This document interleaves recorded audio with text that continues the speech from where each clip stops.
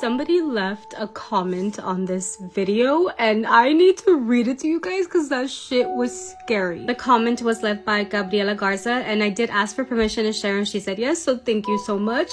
Let me start. My dad used to tell us a story about a couple that was on their way home in Guayin. Oh, like a horse and carrot. I'm probably mispronouncing that, so I'm so sorry. They were in their way to the rancho in Tamaulipas. They found a baby on the side of the dirt road and they decided to pick it up. But as they kept traveling, the baby started growing in the lady's lap. When she looked down at it, she said that the baby looked up at her and told her, "Y tengo dientes también." Translation, and I have teeth too. They freaked out and threw the baby off of the cart. Oh my god, wait, that's something I would do. They freaked out and threw the baby off of the cart and booked it home. They looked back and it was a man looking at them, haunting them all the way home. That story always freaked me out. What do you mean that baby was growing and looked up at her and said, "I have teeth too"? So do I, bitch. So do I. I'm sorry, but I would have thrown that baby too because obviously that is not a baby, okay? Don't judge me. That is not a baby. That was something else. What would you have done? What would you guys have done? I have a creepy story for you. So there's this woman and she works at a funeral home. One morning she walks in to relieve the night staff, and as soon as she walks into the office she can tell that the atmosphere is not good. The staff from the night before just happened to be a married couple and they quite often did night shifts together to keep each other company, and so she just assumed that maybe the pair of them had a fight. She said normally when the day staff would arrive, the night staff would give a rundown just to get everybody up to date. Because they were in such a bad mood, she decided to tell them they could leave and she would catch up from the notes in front of her, and so they leave. And she said the office that she worked in was attached to another room that was called the chapel, and the chapel was a place where friends and family of people that had passed would come and see them for like one last time. These visits would normally be appointment only, and normally they would be slightly later in the day, but this particular day she sits down at her desk and she starts to hear noises coming from the chapel, so she just assumes that there must be an appointment scheduled earlier than normal. But when she looks in the book, there are no scheduled appointments for that day. She could think of one time in her mind when they had allowed a mother in to see her child, and so she just assumed that maybe it was the same kind of incident. She presses her ear against the door and this is when she can hear somebody sobbing, "Please, please." She decided to give them the privacy they deserved and sit down and try and get on with her work. Hours and hours go by. Eventually, throughout those 2 hours, she would hear that person's voice grow louder and louder, and each time she would ignore it until eventually she starts to hear banging and thudding, and that's when she jumps up out of her chair, flings open that chapel door. She sees nothing but the coffin in the middle of the room. She calls out, "Is anybody there?" but no one replies. Runs around the room and she does a sweep. She looks behind curtains, she looks under chairs, but there is nobody in that room. Runs out of the office and she goes to find a caretaker. Eventually she brings the caretaker back to the chapel. Together they both do a full sweep of the office and the chapel, and she can tell by the end of that sweep, the caretaker, he thinks that maybe she's just freaked herself out. He offers to make her a cup of tea and he sits her down and he tries to calm her down, but whilst they're mid-conversation, the pair of them start to hear a soft tap coming from the chapel and the words "please," and they realise pretty quickly that that sound is coming from inside the coffin itself. The caretaker's immediate reaction was to launch forward and open up the coffin, and when he does this he sees a woman with her eyes wide open and her hands stretched in an outward position, palms up, and his immediate reaction is to scream, "Are you okay?" But then slowly he backs away because he realises that this woman is deceased, and of course she's not making that noise. So eventually word gets back to the couple that had been on the night shift, and they came to realise that the reason the couple had had an argument in the first place was because the woman had thought her husband had gotten into the coffin and was trying to prank her, because apparently she had heard knocking and the words "please." She just refused to believe that it wasn't her husband pranking her, and he refused to admit to something that he didn't do. And still to this day they're not really sure how the woman's arms became outstretched or palms up, because they tended to always pose them the same way, which was hands clasped together by your lap. And both of them still maintain that they have seen many people that have passed in their time, and none of them had the same expression as this woman. They both agree that this woman had emotion in her eyes. Your child is missing, but you keep changing your story. Honestly, it was bad enough with the baby Emmanuel stuff, but this case is eerily similar. It was the 6th of August in Kentucky when a panicked call came into police. The woman on the end of the line was Felicia Gross, who rang up to basically say that her 10-year-old son was missing. This was Jaden Spicer. Jaden was such a bright, energetic little boy. He went to Highland Turner Elementary School and was really looking forward to starting the 4th grade. He was a huge Spider-Man fan, and in his spare time he absolutely loved going on his trampoline and playing video games like Fortnite. He had this super adventurous, playful nature. But like I said, he was reported missing, which was incredibly worrying. Now, Felicia, the mum, initially seemed very concerned, hence ringing police, obviously. And her husband Joshua, who was Jaden's stepdad, both said that they had no idea where he was. The mum at first was acting super distressed, and I say acting, she was making emotional public pleas. At one point she said, "We want him safe at home, please. If anybody see my son, Jaden Spicer, please report it to the police." So police were obviously using all their resources, hunting high and low for this missing child. But they wouldn't even have to wait a week for a horrific discovery. Just 6 days after being reported missing, there was devastating news. In a local area, little Jaden's body was discovered in a shallow grave. He'd been buried in a plastic bag in the woods. Now, obviously, with nobody else to really turn to, nobody else to question, the police started questioning the family. They brought the mum in for questioning, and she honestly could not keep her story straight. She suddenly decided to tell investigators that, oh, actually, before he went missing, I did give him some sleeping tablets, which was really, really worrying and just was like, red flag immediately. And when police spoke to other family members, including Jaden's own siblings, it became really obvious to them that they had been told to lie. They'd been almost like coached on what to say. Nothing was making sense, and obviously this was incredibly suspicious. Then Felicia finally admitted that the sleeping tablets she had given to Jaden caused a medical emergency that then caused him to die, and she then hid his body. Now, honestly, sadly, the only person who probably is willing to completely tell the truth and knows exactly what happened is Jaden, and he is no longer with us. The mum was initially charged with manslaughter, abuse of a corpse, tampering with evidence, and false reporting, but a grand jury did upgrade her charge to murder. Who even really knows what happened, to be honest, but the stepdad is now also charged with a bunch of charges: murder, false reporting, evidence tampering, along with a bunch of other things. This teenager cried on social media about the tragic unaliving of her parents, begging people to cover the case. Turns out she might have done it. Quick disclaimer that I'm just a girl, I'm not a lawyer, and all this information is publicly available. Also, this is an active and ongoing investigation, so all of this information is alleged.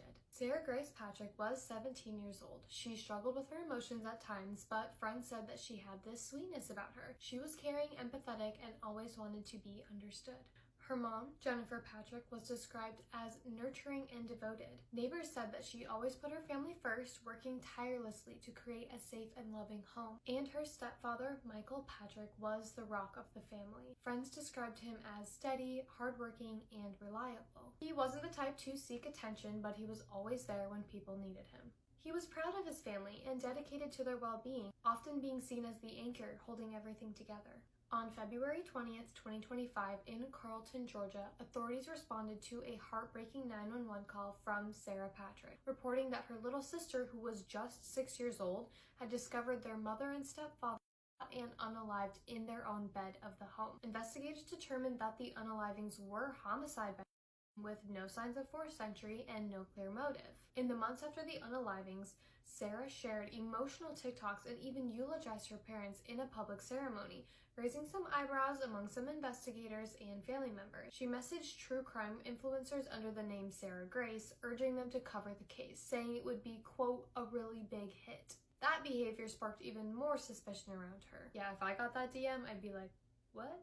Sarah ended up turning herself in on July 8th, accompanied by her biological father, once arrest warrants were issued for 2 counts and 2 counts of aggravated assault. She is being tried as an adult, and authorities say that they have, quote, mountains of physical and digital evidence against her, gathered with help from the FBI and the Georgia Bureau of Investigation. At a bond hearing, Sarah's supporters, including her pastor and friends, described her as a kind, church-going teen with no criminal history. Yet prosecutors argued she possessed a flight risk and could intimidate witnesses, especially her younger sister, so the judge denied bond and set her trial for early 2026. Family members are reportedly deeply divided. Her father and grandfather publicly defend her innocence, saying that she's, quote, 100% innocent. Meanwhile, a cousin of Sarah's expressed some long-standing suspicions recalling odd behaviors and a particular lack of emotion that made the idea of her involvement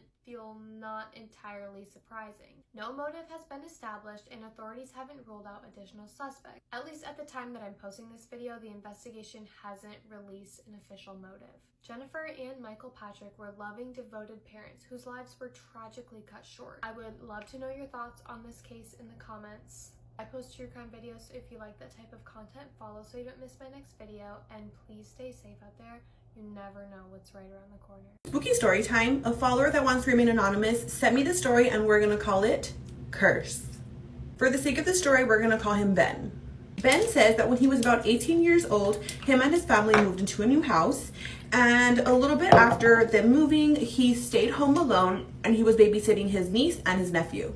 He does want us to know that his nephew is actually mute. So that night, he is at home, he's babysitting, he's cleaning, and he says that he hears a child's voice speaking, and he thinks he's hallucinating. He follows the voice and finds his mute nephew speaking in this empty room. He tries to remain calm, and he asks his nephew, who are you speaking to? And he says that his nephew goes back to being mute and says nothing. He's shocked because at this moment, his nephew is 4 years old and he's never heard him speak, not even once. As time passes, on another occasion, he invited 3 friends to stay the night there. And he says in the middle of the night, about 3 a.m., things start to get crazy and he can hear creaks on the floors. He can hear doors opening and closing. And he's like, what is going on? He says that he always chalked it up to his imagination. He was 18 at the time and working long hours, 12-hour shifts plus. So he's like, I'm tripping. Then he says that he actually started seeing full body apparitions. And this specific time, he asks his mom, who is that new guy in this orange shirt having a beer with dad? And his mom is like, what are you talking about? So they go and they check and there's no one there. Later that month, he ends up going to this card reader, and that card reader ends up telling her that whoever owned this house actually had buried cursed jars of like witchcraft and brujeria in the backyard. And they also said to be very, very careful. One day, Ben's boyfriend ends up visiting. They are outside, they are relaxing. And then after things started to change, he started to act different and he started to have like mental issues as well. Ben says that his boyfriend spent months going to see doctors to see if they can figure out what was going on, and literally nobody had a clue. They end up taking his boyfriend to the same card reader that Ben went to, and they say that Ben's boyfriend actually ended up accidentally stepping onto one of these cursed jars, and that's exactly what was going on. So he ends up having like a limpia, a cleansing, and it stops. Like he goes right back to normal. And he literally never wanted to step foot in the yard again. Because of all of the paranormal activity, within time they ended up moving out, and Ben says that till this day, this house remains vacant. What do you guys think? Thank you so much to Ben for sending me this spooky story. If you guys have any other stories that you'd like for me to read, please send them via DM or email, and I'd love to read them, and I will see you guys in the next spooky story. Bye! I just watched a video of a woman that lives very, very high up in the sky in her apartment, and she has those windows, you know, the ones with the holes in, and she's leaning all against the grate, just telling everybody how strong her windows are and how great they are. And I just want to bring your attention to the fact that there was once this guy, his name was Gary, and he was Canadian, and Gary worked in a really tall building. And in this big building, there was these huge big windows, like I'm talking much bigger than a human, huge windows, and apparently they were unbreakable, which Gary loved. Gary loved to talk about the unbreakable windows that he had in his office. And every now and then, Gary would have to do inductions for staff or sometimes students, and when he would show the students or the staff around, he would have this party trick that he would do where he would run full force at the window and bounce his whole body weight off of that window. I guess Barry would do this just for banter, and every time he would do it, everyone's reaction would be the same thing. They'd be like, oh my god, what are you doing? And then he would just bounce back, and everyone would be like, thank god, it's just Gary being Gary. Till one day, Gary goes to do his usual party trick, and I guess Gary's done it so much on the same window that he's caused a little bit of a weakness. So as Gary runs over and he body slams the window, guess what? The window pops out and Gary falls to his death. But yes, your windows are very cool, and I'm sure they're very strong. For now. Bound, gagged, and shot execution style. Let's get into this case. On a chilly evening in December of 1991, a yogurt shop called I Can't Believe It's Yogurt was open and bustling with business. This yogurt shop was a popular hangout for teenagers and families. But this Friday night was very different. Eliza Thomas and Jennifer Harbison was working the closing shift this night. Who also joined Eliza and Jennifer was Jennifer's younger sister named Sarah. Sarah came with her friend Amy. They came to keep the girls company while they were closing up. They planned to have a fun sleepover this night.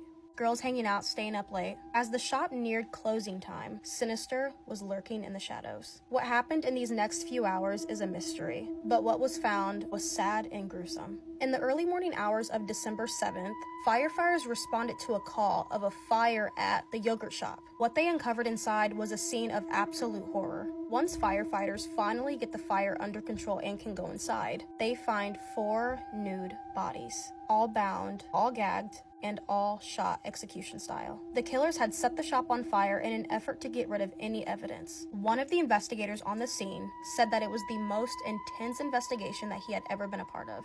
One of the girls who worked at the yogurt shop, Jennifer Harbison, like I said, her sister came to keep them company because all 4 of the girls planned to have a sleepover after closing. Jennifer and her sister Sarah both died this night, so their mother lost 2 of her children. The beginning of this investigation faced so many challenges. They had absolutely no leads. Then years passed with little to no information. Strangely enough, there have been dozens upon dozens of confessions to these girls' murders, which is just weird. Dozens of men have came forward saying that they were responsible for the murders of these 4 girls, which obviously none of them had enough evidence to convict any of these men. Out of all the confessions though, the ones that seemed the most realistic were these 4 men here. They confessed to the murders like a couple years after they took place. Maurice Pierce is at the top left, Forrest Wellborn is at the top right, Michael Scott is on the bottom right, and Robert Springsteen is right here. They all had the best evidence pointing towards them, but till this day, over 30 years later, nobody has been fully convicted of these murders. Austin, Texas still wants to know who killed their girls. All 4 of these beautiful young ladies were between the ages of 13 and 17, and to think that they were all just at a yogurt shop, planning their sleepover that they planned to have a few hours later. I'm 22, but I remember back when I was, if you're wondering what this is, it's just blush. But I remember back when I was 13, 14, 15, and to have a sleepover with your girlfriends was just the most fun thing you could do. Especially the beforehand fun, like planning what you're going to do. I just know that excitement and doing your makeup, doing your nails, whatever they planned to do. I mean, they were sexually assaulted. It was proven that they were held captive for hours, so who knows what else happened to them. It just proves even more so, like I try to prove more and more on my page, that as women, we just cannot be safe doing anything. They were just closing up a yogurt shop. What's even worse is that Eliza and Jennifer were the ones who actually worked there. Sarah and Amy did not work there. They were just going there to keep Eliza and Jennifer company. So if Sarah and Amy did not go, obviously they would have still been alive because they wouldn't have been there for it to happen. But they did choose to go, as they should have been able to. They shouldn't have had to worry about anything bad happening to them. But we have these men out here who cannot deal. I just get more and more bamboozled by these cases. As a mom of 2, one of them being a little girl, I have a daughter, she's not going anywhere. She's not walking to school by herself.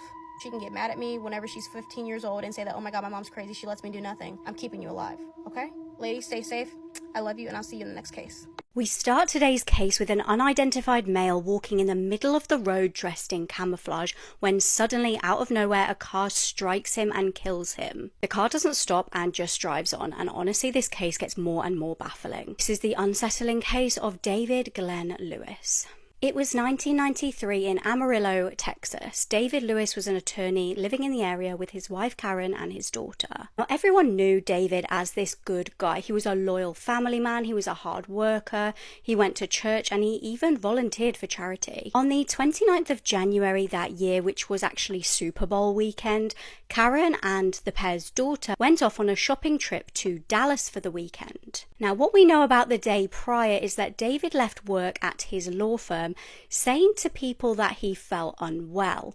Now, we know that from the evidence that was found, he got petrol in his car on the way back and then headed to his other job, which was at Amarillo College, where he taught lessons basically, and he taught an evening class until about 10 p.m. And like I said, his wife and daughter were off on this shopping trip for the weekend, and they came home on the 31st. and they obviously expected to see David. He didn't have any plans. He was supposed to be home that weekend. But David was nowhere to be found. There was evidence that David had watched the Super Bowl and put it on to record, but the tape recorder had never been stopped. David's wedding ring and watch were on the side in the kitchen, and nothing else. There were also 2 untouched homemade sandwiches in the fridge that presumably David had prepared. There was no note to explain where he'd gone, and there was also no sign of forced entry, a robbery, or a struggle at all. Obviously, you know, the wedding ring and the watch stayed on the side. If somebody was going to rob him, they would have taken those. So time went on, and with David still not back, his wife decided to report him missing the following day. That very same day, David's family had no idea that a man was spotted walking down the road at 10:30 p.m.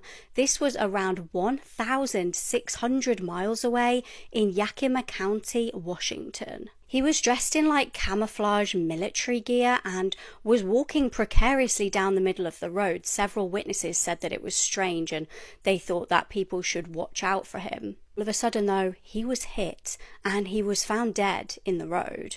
Now, police arrived to try and identify this deceased male, but couldn't. He had no ID on him and no indication of who he was. The autopsy showed nothing suspicious. There were no substances in his system to explain why he was just walking in the middle of the road. This mystery rumbled on so far away from David's home. Meanwhile, police were trying to find David. His wife told officers that mysteriously David had said to her just prior to his disappearance that he felt he was in danger, but he didn't actually explain who he thought he was in danger from. Officers came across David's car on the 2nd of Feb in Amarillo, and close by were his house keys and his car keys. Spoiler alert, the man in camouflage who was dead in the road was David. However, he wasn't identified as David until over a decade later because this was way away from his actual hometown. So as far as the family knew, David may have still been out there. They were still looking for him. This is where things get really weird. At a later stage, police found that 2 plane tickets had been bought just after David's disappearance. The first one was bought on the 31st from Dallas to Amarillo, so from where the wife and the daughter were to David's hometown. Now, Texas is obviously a huge place. That's why you can get like planes from place to place within a state. The ticket was purchased though on the same day that David's family came home to find him missing. The next plane ticket was actually bought on the 1st of February from LA to Dallas. This was the exact same day that David was found deceased. So all we know is that these tickets were bought in David's name, but we don't know that David actually bought them. So who actually bought these tickets? Was it David? Was it somebody else? And why was David in Washington? It wasn't until 2004 that David's body was identified as being David. A female detective got really invested in trying to find out who this mystery man was and eventually put the pieces of the puzzle together. She used DNA testing to confirm that it was in fact David. But David's family couldn't work out any reason, any connection that David had for being in Washington. Why did David take his ring and his watch off and leave them on the side? Was it as innocent as he was going to do some washing up, or was it for another reason? Why did he buy those plane tickets, if he even did? And why did he think he was in danger? Why was he in Washington? Why, if he'd taken no substances, was he in the middle of the road? Why was he wearing military gear? And who on earth killed him? Please let me know if you have any answers to any of these questions, because this is one mystery that will always baffle me. It's time we finally talk about this doll. If you don't know what I'm referring to, please go back and watch the video that I made about my boyfriend playing with this Ouija board with his friends. Some weird issue was happening, and I mentioned this doll in the last episode and how he was taunting it. This is that story. So this story all starts when my boyfriend and his friends decide to go to this very famous haunted cemetery in my town. Before I get any questions, no, it's not open to the public and you have to trespass on someone's land, but it happened so much that the owners were just like, as long as you guys aren't doing weird stuff out there, it doesn't really matter, but they have since like chained it up, cameras, you can't visit it, but it is very haunted. And there's a story that follows the cemetery that says if you visit all 4 corners of the cemetery at night, you will see ghosts and you will hear things and paranormal activity will occur. So that's what they were doing there. And as they're walking the perimeter of this cemetery, my boyfriend's friend was like, hey, so like there's this doll at this museum in the town I live in that is super haunted, and this is what happened. His experience with the doll. He said it was really weird and that, you know, some weird stuff was happening, and my boyfriend didn't buy it because he didn't believe in ghosts at the time. So he starts taunting this entity. I'm not going to say her name because, quite frankly, I did some research on her because I don't know a lot about her. She was voted the world's most haunted doll. So I'm not going to say that. Right. So he's taunting this entity and saying, like, you're not real. You just everything in the book that you shouldn't say, he said. And that was that. At the cemetery, nothing happened. They were like, this is lame. So they dropped him off, and he got home around 2 o'clock in the morning. He distinctly remembers his light being on in his bedroom, and that's very important in the story. So if you've ever had a light bulb go out, you know that it kind of flickers for a really long time, and it's kind of annoying, and that's why a lot of people change their light bulbs, is because it'll go out and you're like, oh dang, went out, but it doesn't turn back on. So obviously you know where this is going. His lights were flickering, but not in the, oh, I need to change my light bulb kind of thing. They would flutter and all shut off at the same time and turn back on at weird intervals of time. They could go out for seconds or minutes, and they would come back on. And when this was happening, my boyfriend like pulled the blanket over his head because he was like, what the F is going on? And he could have sworn he heard the light switch flipping up and down. And this carried on for so long that my boyfriend texted his sister, who was home at the time, and was like, hey, are you awake? Can you please come to my room? She opens the door, and he jumps out of the room and runs to her room, and she's like, what is your problem? He explained the doll. He explained what they were doing at the cemetery. And she's like, that's weird. And as he's explaining this, they can hear the light switch flickering and scratching from in his room.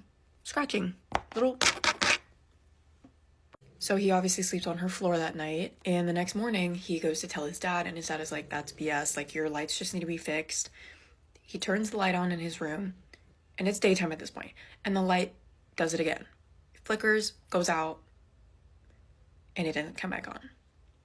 So his dad gets on my boyfriend's bed and goes to touch the light bulb to change it. And the light turns on.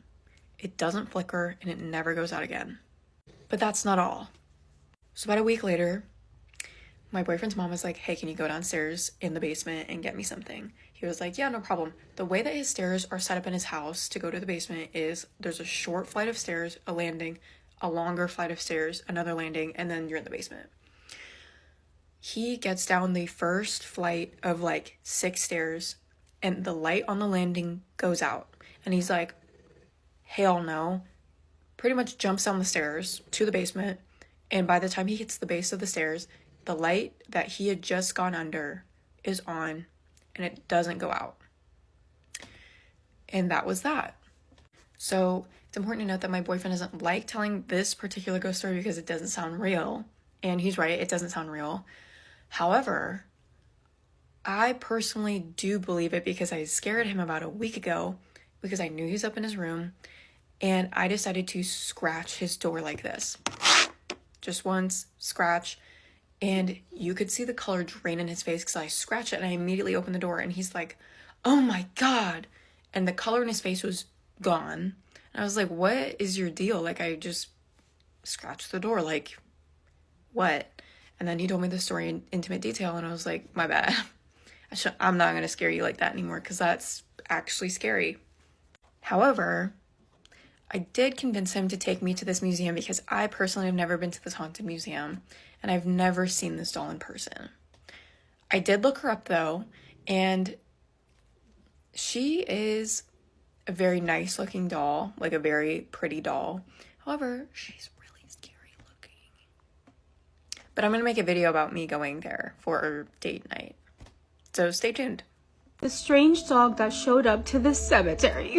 anybody want a shot before I start? And of course, this happened in Mexico. So this guy named Mateo says that he'd been working at the cemetery for over 20 years. His job was to help with funeral services and to keep the grounds clean and safe. The cemetery itself was really big, and he actually lived on the grounds in a casita in the far back. His only neighbors were the dead people and some of the stray dogs that basically lived there. Of course, with time, he got used to living at the cemetery. He says that sometimes he swore that he could see shadows in the middle of the night or people crying when nobody should be there. And sadly, sometimes people would go in the middle of the night and abandon their pets there, like just leave them there. He said that the majority of those animals that were abandoned were because they were really old and some of them looked really sick. So he would end up feeding them, giving them water, and if they would return and stay with them, he would make like makeshift beds for them to sleep on. He admits that he is an introvert, so it was really hard for him to make friends, so having the company of these dogs with him was really great. These dogs basically became his friends. So it was because of this that when he saw this random brown dog one day, he didn't really think anything of it. He just thought, hey, it's another dog that somebody abandoned and I'm gonna go ahead and take him in. However, he does admit that when he laid eyes on this dog, he's like, wait, this dog is not old and he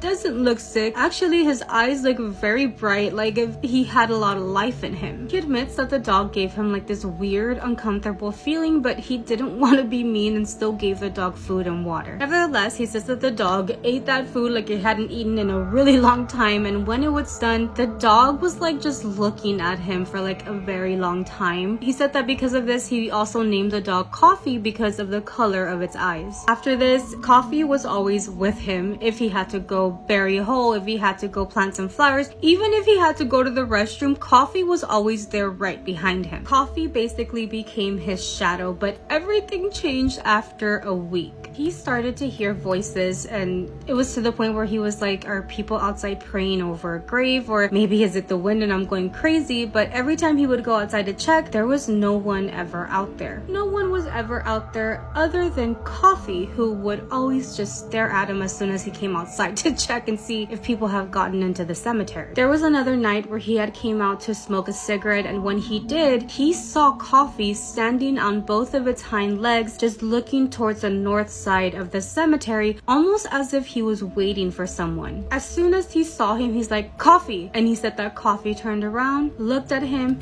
went back on all his four legs, and started, running towards him to where he was. And Coffee was just back to being, his own self, as if nothing had just happened. He says that night he found it very hard to fall asleep after that. After this, he started to notice that the other dogs didn't like Coffee. Like, as soon as they would see him, they would start growling at Coffee, and even some of them would just avoid him altogether. Even some dogs had stopped eating for days after Coffee had gotten there. Like, they wouldn't even get near his house to eat. He just told himself that maybe it was all in his head, like nothing weird was going on. But every day he was getting more and more nervous about Coffee. So there was one afternoon where he was putting the dirt back in a hole, and he said that he heard a voice. The voice said, Mateo, it's me down here, look down here. Mateo immediately stops what he's doing, gets the hammer that he had on his belt, and looks around and sees nothing. He only sees Coffee a few feet away, just sitting there watching him. He thought to himself that there's no way that was Coffee, and he started saying, oh my gosh, you're so tired, you need some sleep, like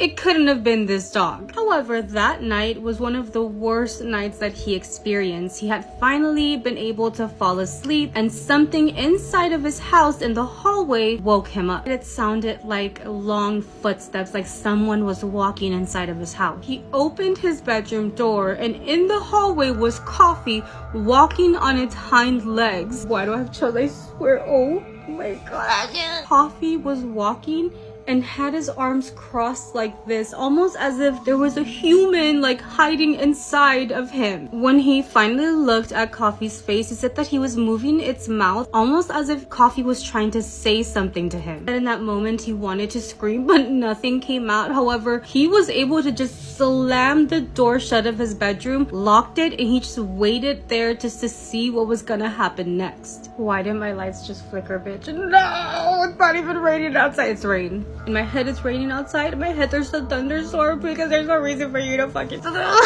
He stayed up all night until morning and didn't hear anything else in his house again. When he opened the door, Coffee was no longer there, and actually he never saw Coffee again after that night. He doesn't believe that Coffee was an actual dog. He thinks it was something completely different, but he's always thinking like, what did it want? Why did it go to the cemetery? Like, why did it stay there with him? What was his goal? Why was he there? Because that one night it looked like he was there waiting for something, like when he was just standing there on its hind legs. He's always questioning this, like, was Coffee a nahual? Was Coffee a brujo that was at the cemetery trying to like get something? Because in Mexico, a lot of the times the reason why they have freaking security is because people do witchcraft, and sometimes people want to steal dead people bones. Fuck. He doesn't know what to make of it, but it has been a very long time and he has never seen this dog again. So what do you guys think?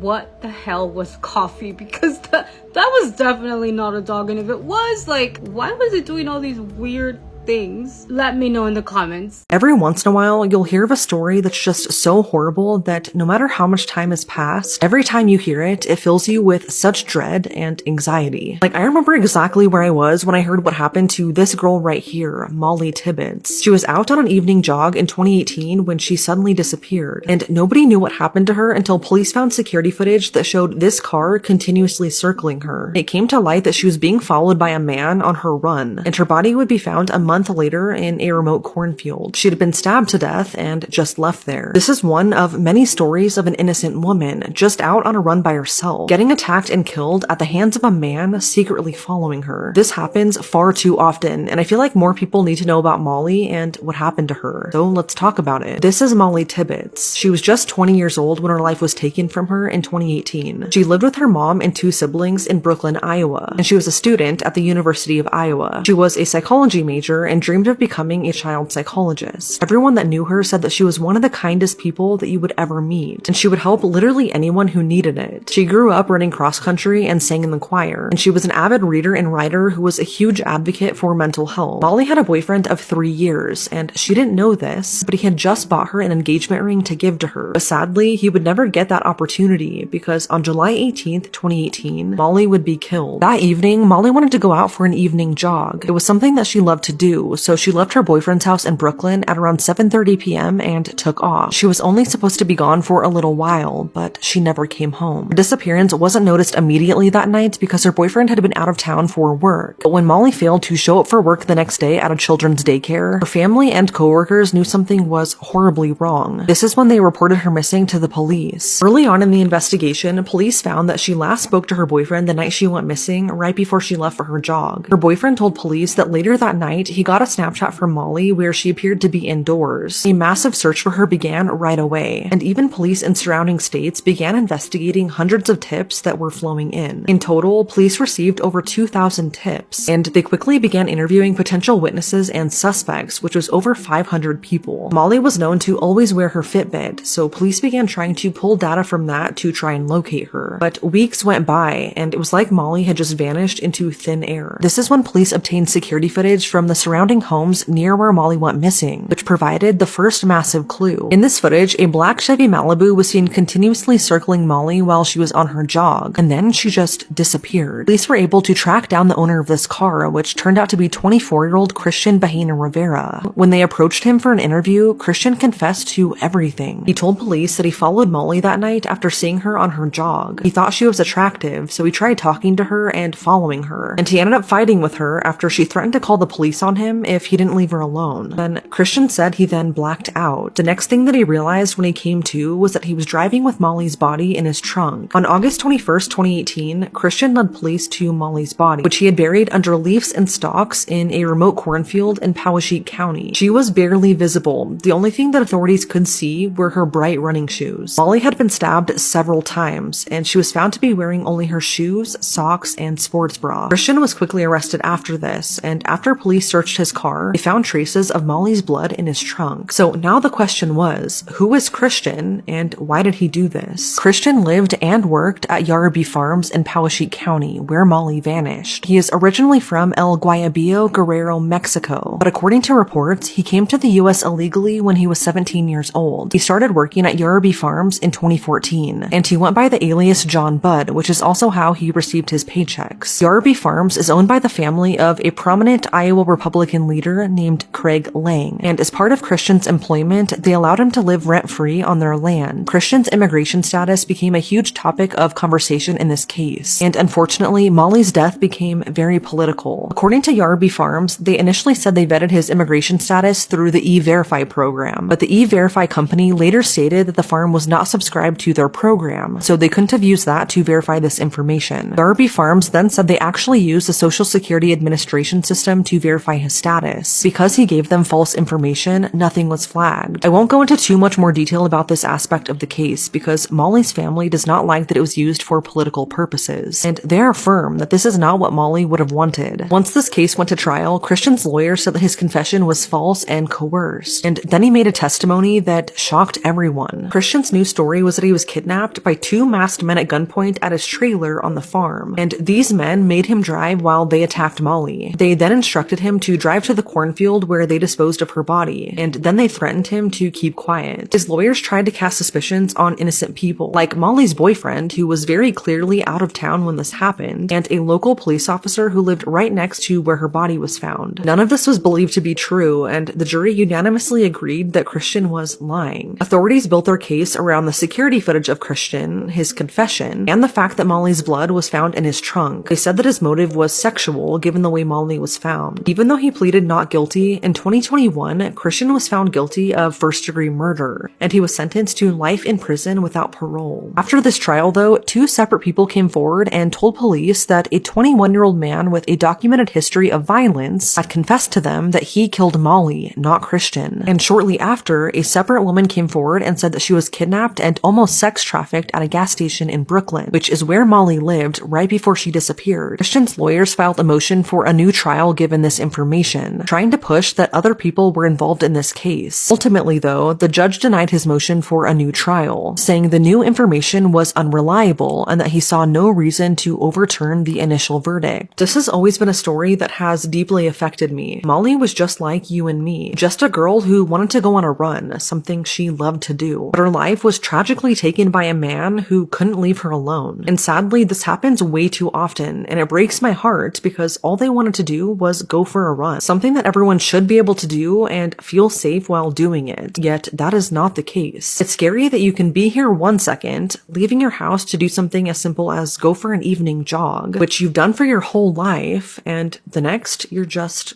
gone. To this day, Molly is still remembered for the kind and loving person she was. Her little brother and his football team honored her by printing her initials on the team jerseys, and runners all over the world began using the hashtag #MilesForMolly to highlight the safety issues that countless women experience when running. Her friends started an online group called the Molly Movement, which encourages people to be kind to one another in her honor. And every year, there's an annual Molly Tibbetts Memorial Run, where runners follow the route that Molly took on her final run in 2018. Her family has also created the Molly Tibbetts Memorial Fund at the University of Iowa Stead Family Children's Hospital to honor her memory and support the hospital's mental health services for children and adolescents. Since it was her dream to become a child psychologist, what better way to help and give back to the community than this? It has already raised so much money, all because of Molly. What really gets me is her Instagram bio, which says, quote, "It's a great day to be alive," end quote. It has now been 7 years, but what happened to Molly and her legacy will never be forgotten.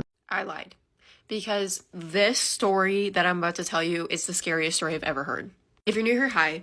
I just talk about some pretty scary stuff, and recently I opened an email where anyone who finds this page would be able to submit their ghost stories.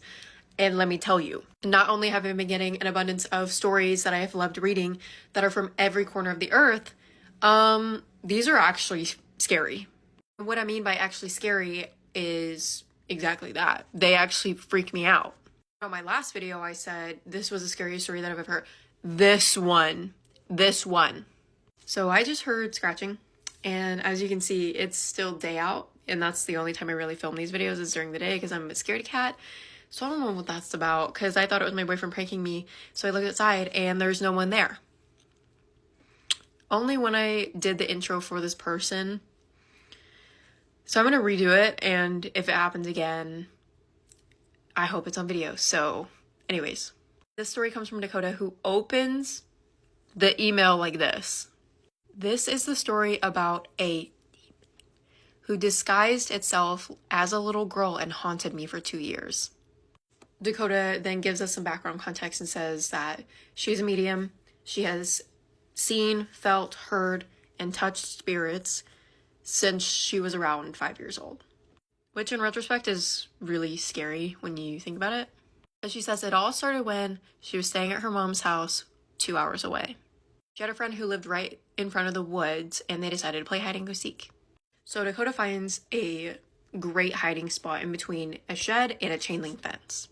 And she says she was hiding, looks over to her right, and on the other side of the fence is a little girl staring at her.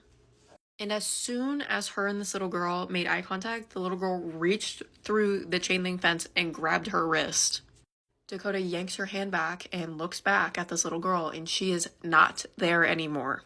It is also to be noted that this was around fall time, so there were leaves on the ground and branches and twigs and etc. And she didn't hear anyone walk away or run. So Dakota runs out, tries to tell her friend what had happened, and her friend is just not having it because she's scared. Fast forward 2 months, and she's back at her dad's house and having a sleepover with an old friend. As Dakota and her friend are talking to each other on her bed, she looks over at the doorway, and the little girl is standing right in the doorway. She didn't really think anything about it because at the time, all the neighbor kids were allowed to just kind of walk in her house. And I know families like that, so I understand. But she did a double take, and the little girl was gone the next time she looked. She asked her friend, "Did you see someone?" And her friend said, "No, I didn't see anyone."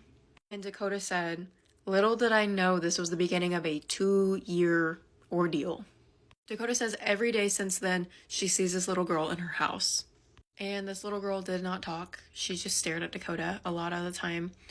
And sometimes she would only show half of her face from around the corner.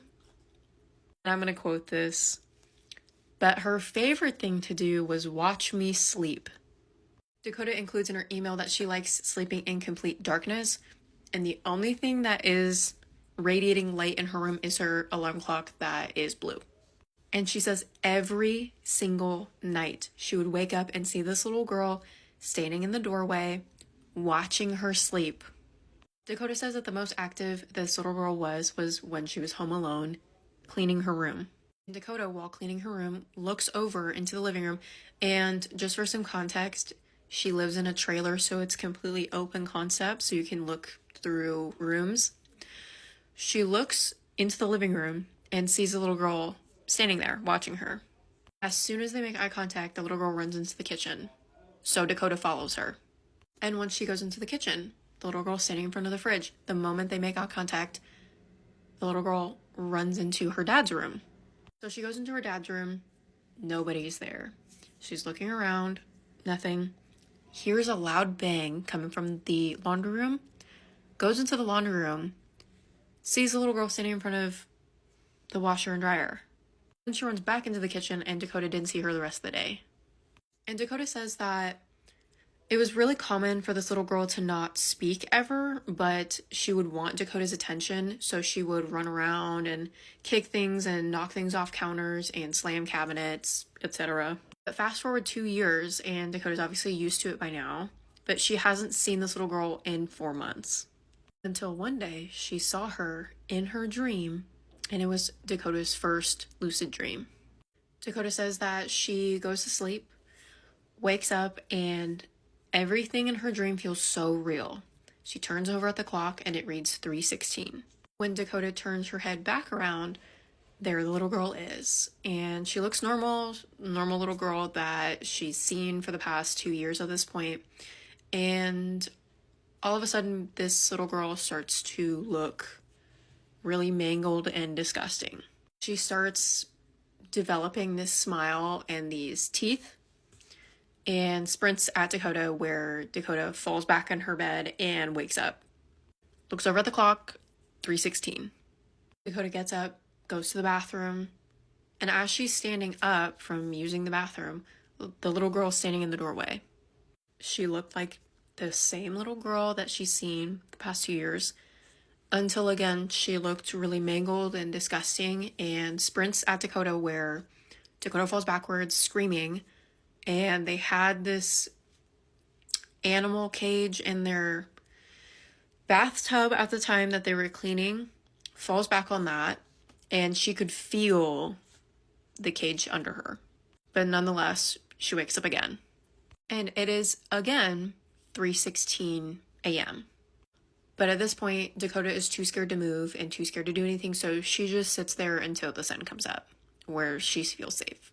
Dakota then, that morning, started to feel this burning sensation on her back, goes and looks in the mirror, and there's a huge gash on her back from where she fell onto something.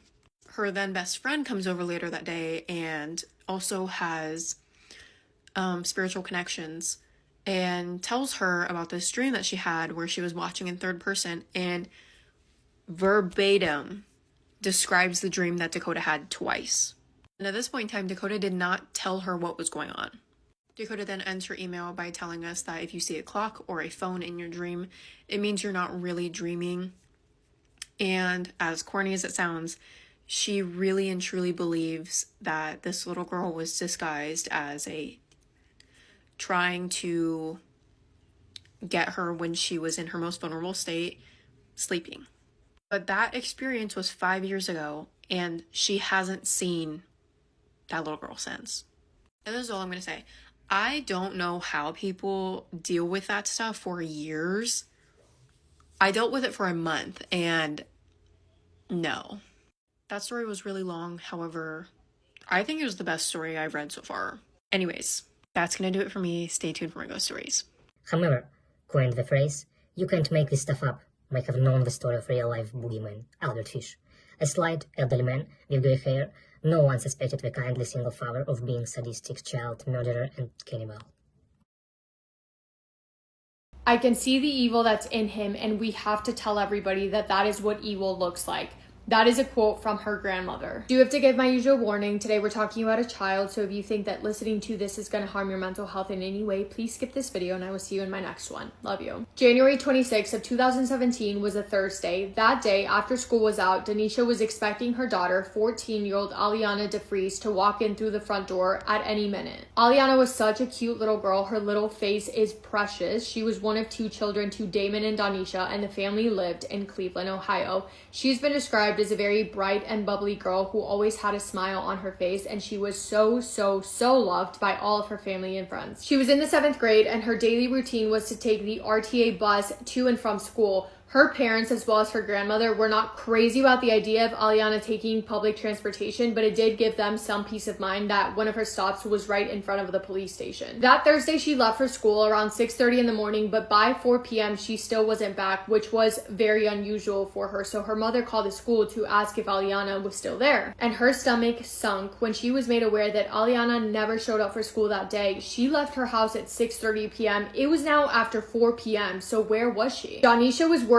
sick, not only because her daughter was only 14 years old and had been missing essentially for an entire day, but also because Aliana struggled with developmental disorder, meaning that she was very strict on sticking to her routine, and she absolutely would not have done anything or gone anywhere that was out of her usual places. She would not have gone anywhere alone, plain and simple, but even less without letting anyone know. Her mom reported her missing to authorities immediately, and luckily they got to work just as fast. However, by the time that they realized that she was missing, she had already been missing for 10 hours. 10 hours had passed since she was last seen by anyone, which was 10 hours too long. Police began their investigation by getting CCTV footage from the bus, and they saw Aliana on it, so she was on the bus. But the thing is that her route to school included her getting on 2 buses, so her mom early in the morning would walk her to the first bus stop. Then she needed to get off at a stop and get on on a different bus, which would then take her to school. She was seen on the first bus. She was seen getting off, and you can see in the background of that footage what looks like a man in a white hoodie staring at her, getting off the bus right behind her and following her. Aliana DeFries never made it to the second bus. And now this hoodie guy was a person of interest that police wanted to find immediately. So as they're trying to work on trying to identify this man, meantime, police were doing everything they could to try and piece together a storyline or a timeline of what may have happened. They spoke to her parents, they questioned her family members, they questioned her friends, they even searched some of her friends' houses trying to think of places that she could have gone, because Aliana would only have gone somewhere if she was familiar with a place. But as days passed, it was becoming clear that the odds of this being a stranger abduction were high. A group of officers were dispatched to search local abandoned houses in the area, and 3 days after she disappeared, the search for her came to a heartbreaking end. While searching the abandoned houses, police came across this one house that had the front door wide open. They walked in, it was dark, the electricity in the house was turned off, so they had to walk with their flashlights. But as they were pointing their flashlights around, one of them pointed their light at what looked to be like footprints left behind with red liquid, and this red substance was smeared all throughout the house. They kept walking until they entered a bedroom, and inside they noticed a ripped black school sweater, a black shoe, and then Aliana's body deceased. It was clear that whatever happened, whatever was done to this little 14-year-old girl, was horrible. She had injuries covering her entire body, her jaw was broken, she had been brutally essayed, and there were clear indications that she had suffered a lot of injuries from a sharp weapon. There were also random tools in the house by the dining room, such as drills and screwdrivers, and investigators theorized that those tools were used on Aliana. Her injuries were so bad, and there were so many of them, that the medical examiner was not able to say for sure what the cause of death was. She also had to be identified by dental records because her face was unrecognizable. Her family and her loved ones were absolutely distraught. They could have never imagined in their worst nightmares that something like this would happen to their little girl. After her body was found, police went back to that man that was seen on the CCTV footage, and they were able to identify him as Christopher Whittaker. And when they looked into his background, it was telling, to say the least. The man had a scary criminal record. In 1998, he was charged with grand theft and burglary. In 2005, he was charged with SA against a woman in his own home. From my understanding, he kept calling a 45-year-old woman, asking her to come over to her apartment so that he could use her bathroom. And when she eventually let him come over, he launched himself at her until she was left unconscious, and then he grabbed a pair of scissors to use on her. For that, he served 4 years in prison and was released in 2009. And actually, for that, he was also originally charged with attempted murder, but that charge was later dropped.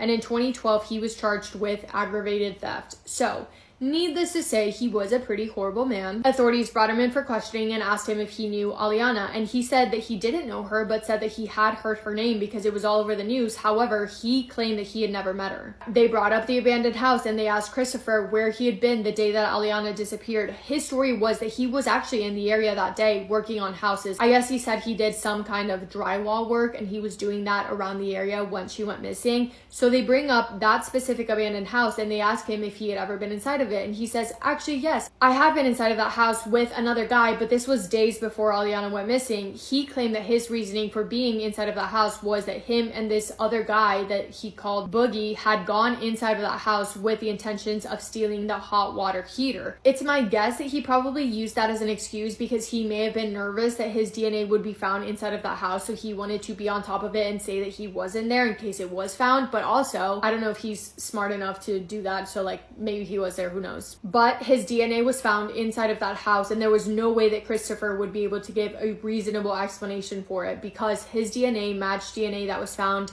in and on Aliana's body. And when they confronted him with that information, he then changed his story and said, okay, yeah, I was with Aliana inside the house the day that she disappeared, but I didn't do anything to her. Actually, there were other men that were involved and they were doing things, but I wasn't. And then he changes his story again. And this makes me physically sick because this man had the audacity to say that he was intimate with Aliana, but that it was consensual. She was 14 years old. And then he confessed to being the one responsible for ending her life. He said that he was on substances, that he was super in and out and couldn't remember what happened next.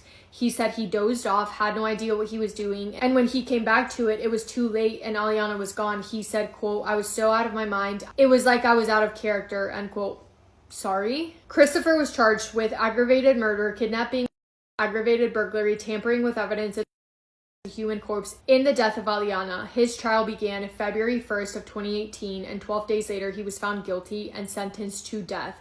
He is scheduled to be executed in July of 2026. Aliana's mother told the court, quote, "Death is too good for him, and I won't believe he has had any remorse until he suffers like my daughter suffered," end quote. Aliana DeFries was such a beautiful, kind, smart girl who was so loved by so many people and will forever be remembered by all of those who loved her. And yet again, another devastating case of a horrific story that happened for no reason. But that is all I have for today's story. Thank you guys for hanging out with me today. Let me know what your thoughts are on this case. I hope you're having the best day. If not, go do something to make it the best day. Make somebody happy, and I will see you in my next video. Massive kiss on the forehead to every single one of you.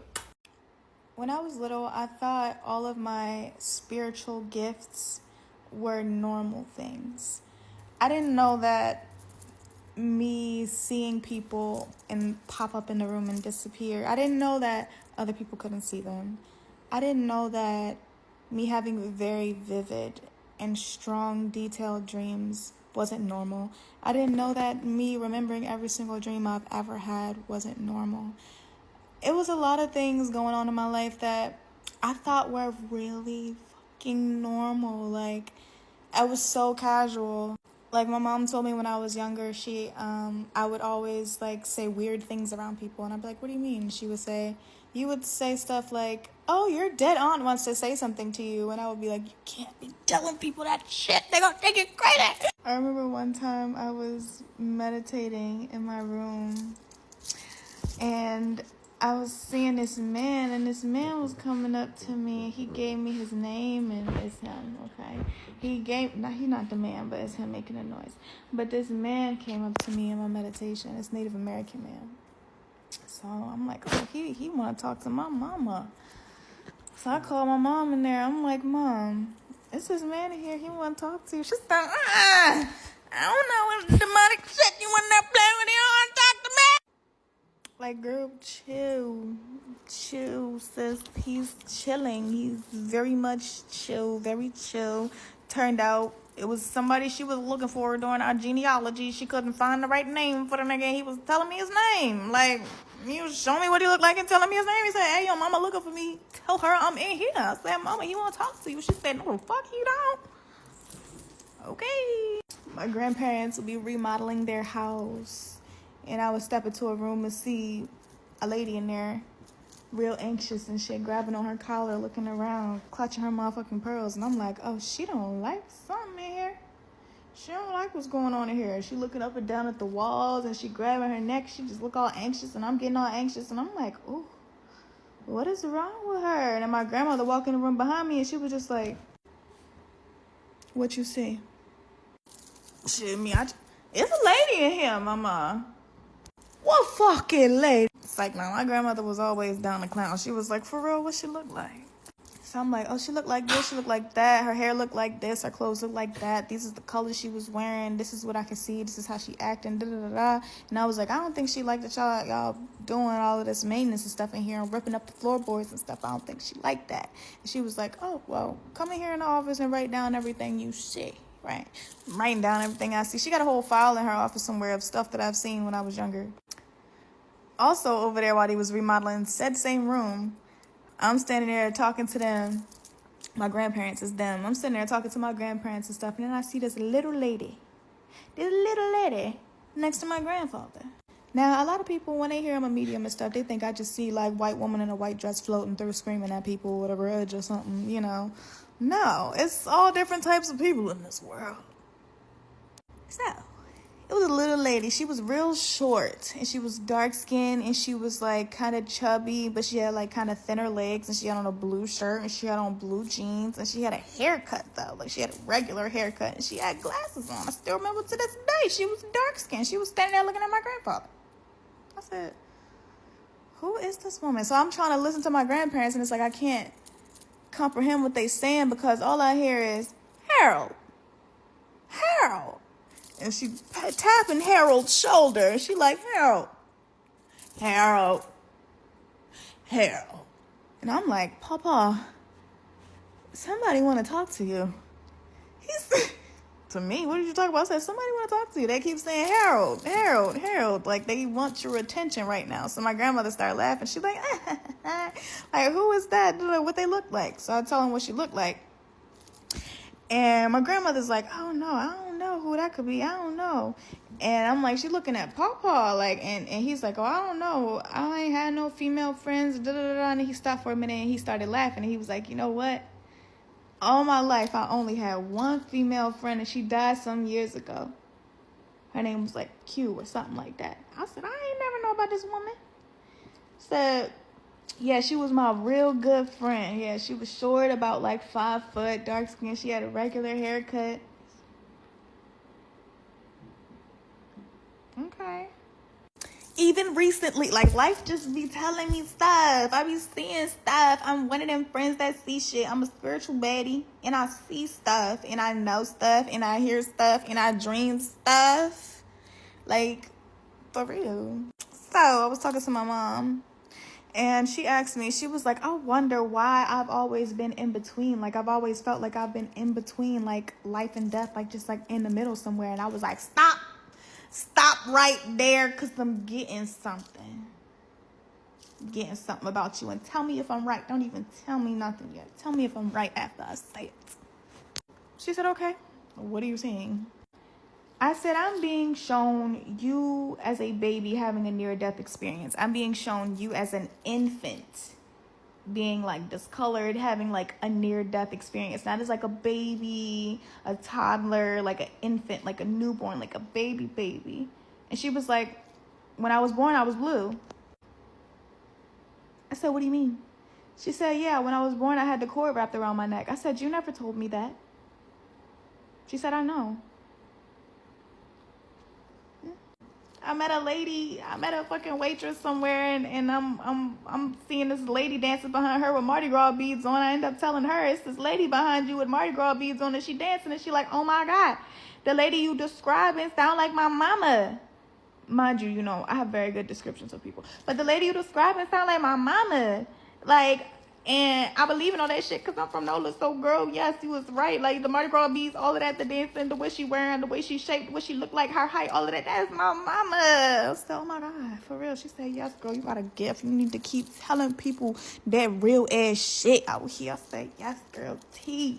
My girlfriend, I see her grandmother all the time. Her grandmother is her spirit guide now. Her grandmother is like her soulmate or something. Like, her grandmother used to haunt the houses we've been in until I had to get some authority in there and be like, hey, Miss Ma'am, have a seat. You can stay here, but you need to go through me. Okay, you ain't gonna be scaring my friends and people up in here no more. We're not gonna be doing that. We're not gonna be opening and closing doors and moving stuff and having like weird little shit happening in here. We don't play them games.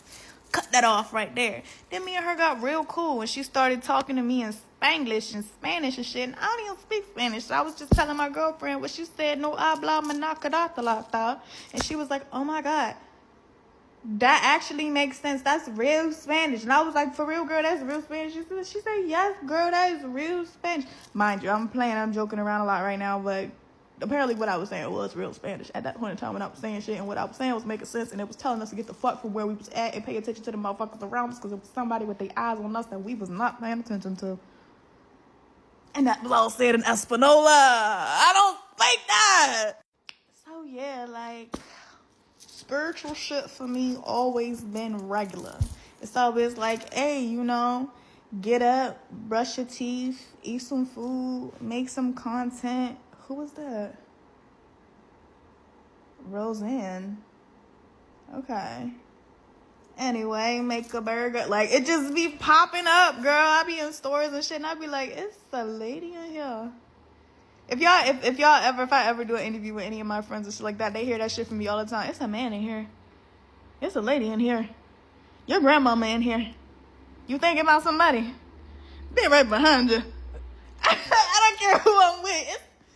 It's somebody in here. You don't feel that? I'm gonna tell you, bitch, because the room is shaking and it's not because of me, okay? I don't like weird stuff, and I always see it in the room no matter what type of witchcraft people are doing. There's been rooms that I walk in where I don't see nothing. I don't see nothing associated with no type of craft and nothing. I look behind me into an area that you can't see shit in, and I'm like, you do Yoruba? Flick the light on, a whole altar, all that shit over there. How you know that? Baby, I know that. Coming to a house and be like, you do something here? Yes, you do, huh? Okay. Oh, that's voodoo, baby. I see it on you. Yeah. Oh, you do that ancestral magic. I can see that motherfucker standing behind you. Like, I can tell your heritage, nigga. I see him standing around you. Like, you cannot lie to me. I'm psychic or something. Maybe. Am I psychic, y'all? Just say I'm psychic, y'all. Do I just play too much? But no, because I know everything. Don't think I don't. I know. I know what I need to know. And that's enough.